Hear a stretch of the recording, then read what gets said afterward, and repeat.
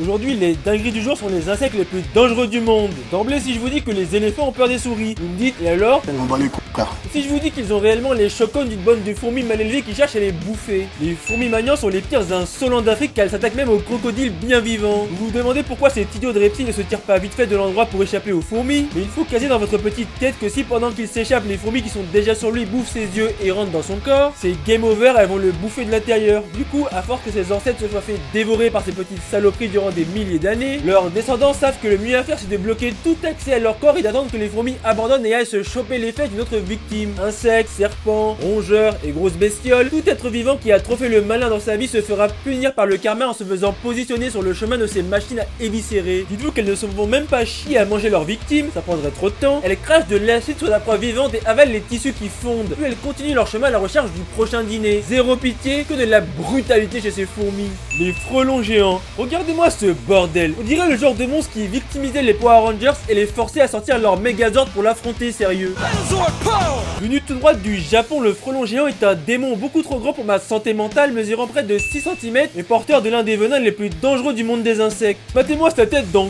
Il a juste envie de sortir de l'écran et de vous niquer vos mamans. Ici, ça croise la route d'une menthe religieuse et puisqu'elle est religieuse, elle va directement se mettre à prier le Seigneur avant de le rejoindre. Car le frelon lui goume sa race sans la moindre pitié puis le dévore sec afin de nourrir les bébés soldats de sa colonie. Ce sont tellement des êtres cheatés qui tabassent les autres insectes que la nature les a nerfés de sorte qu'ils ne soient actifs que 6 mois dans l'année. Malheureusement, 6 mois c'est largement assez pour non seulement piquer le cul d'humains qui se baladent un peu trop près et de les envoyer à l'hosto, mais aussi assez pour gifler des colonies entières d'abeilles qui se mêlaient pourtant de leurs affaires. Et par gifler, je veux dire exterminer, car un seul de ces frelons peut éclater des centaines d'abeilles en seulement 1 heure. Il en champe une, découpage. Il en champe une autre, déchiquetage. Dans la tête du frelon, c'est que des combos à la Tekken qui s'enchaînent et la seule chose qui l'intéresse c'est de gagner un maximum de points bonus pour finir la partie en étant le boss du jeu. En quelques heures, les dizaines de milliers d'abeilles sont toutes exterminées et pour fêter ça, les frelons kidnappent les larves et les ramènent pour un festin sans pareil dans leur propre colonie. Mais oubliez tout ça. Si je vous dis qu'un insecte s'appelle faucon tarentule, parce qu'il est aussi dévastateur qu'un faucon qu'il victimise les tarentules en les giflant H24 et qu'il a l'une des piqûres les plus violentes du monde, vous êtes chaud pour savoir c'est quoi? Cette dinguerie est la guêpe araignée, aussi appelée la faucon tarentule. Et d'entrée, je vous annonce qu'elle s'attaque à des araignées et des tarentules aussi grosses qu'elle, voire plus grosses, car il n'y a pas de tapette ici. Elle choisit les individus les plus balèzes du coin et leur fout une clé de bras sans pitié. Là, vous voyez une énorme araignée dégueulasse et agressive capable de vous punir avec son venin et de vous donner une crise cardiaque tellement c'est horrible à regarder. Mais la guêpe, elle ne voit qu'un sac de protéines sur 8 pattes qu'elle a hâte de cogner pour nourrir ses petits. Il n'y a pas de pédale ici qui avance en mode furtif. Elle charge l'entrée du terrier de l'araignée par la porte d'entrée pourtant couverte de toile parce qu'elle n'a pas le temps avec ses conneries. L'araignée a vite compris que c'était un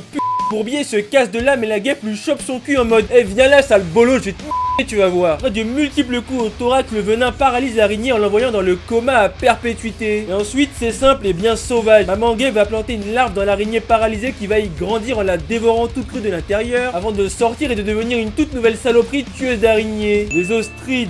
Eh, je vous préviens pour tous les faibles d'entre vous, arrêtez maintenant de regarder la vidéo car je vais vous montrer un bordel de mouches qui plantent ses larves directement dans votre peau. Pas le corps d'un autre animal ou insecte, mais sous votre peau d'insolent. Les ostridés sont une famille de mouches de fils de pute, aussi appelées les grosses mouches. Et regardez le résultat. La larve grandit sous votre peau avant de progressivement sortir le bout de son nez tout en se nourrissant de vous. Mais c'est quoi ce cauchemar? J'ai juste envie d'appeler ma maman pour qu'elle me réconforte, sérieux. Ces insectes qui méritent de se faire spawn kill sans la moindre pitié parasitent tout un tas de mammifères dont les humains, les chevaux, les écureuils comme ces deux-là, mais que fait la nature? C'est Satan en personne qui a ramené ce bordel sur Terre ou quoi? Voilà comment ça se passe en 3D. La mouche chope les fesses d'un moustique en plein vol et lui place ses œufs sur le corps. Puis ce moustique vient nous piquer et les larves se foutent sous notre peau, devenant ainsi un squatteur dégoûtant qui est officiellement devenu mon cauchemar numéro 1, sa mère la et n'essayez pas de l'arracher, la nature a tout prévu car la larve est entourée d'épines qui s'accrochent fermement à votre peau. Donc comme dans Pokémon, la fuite est impossible par vous-même. La chenille Lonomia, cette folie est la chenille la plus venimeuse du monde. Et oui, les chenilles ce n'est pas que des petits trucs inutiles que vous voyez une fois toutes les 1000 lunes sur un arbre. Ça peut aussi être des démons venimeux qui vous foutent en PLS magistral. Cette connerie longue de 5 cm habite l'Amérique du Sud et notamment le Brésil et a un corps qui a l'air tout doux au toucher, sauf qu'il est recouvert d'épines venimeuses qui vous injecteront un venin si violent que la douleur est semblable à vos os qui se feraient briser, à votre intérieur qui se ferait brûler et les habituelles nausées, douleurs abdominales, hémorragie interne, j'en passe et des meilleurs, jusqu'à vous placer dans le coma comme c'est arrivé à une dame malchanceuse après qu'une de ces bestioles se soit mise dans ses chaussures. Elle n'a malheureusement pas survécu, alors faites gaffe et ne touchez pas n'importe quel truc de la nature, surtout en vacances au soleil. Allez, go cliquer sur cette prochaine vidéo de ouf!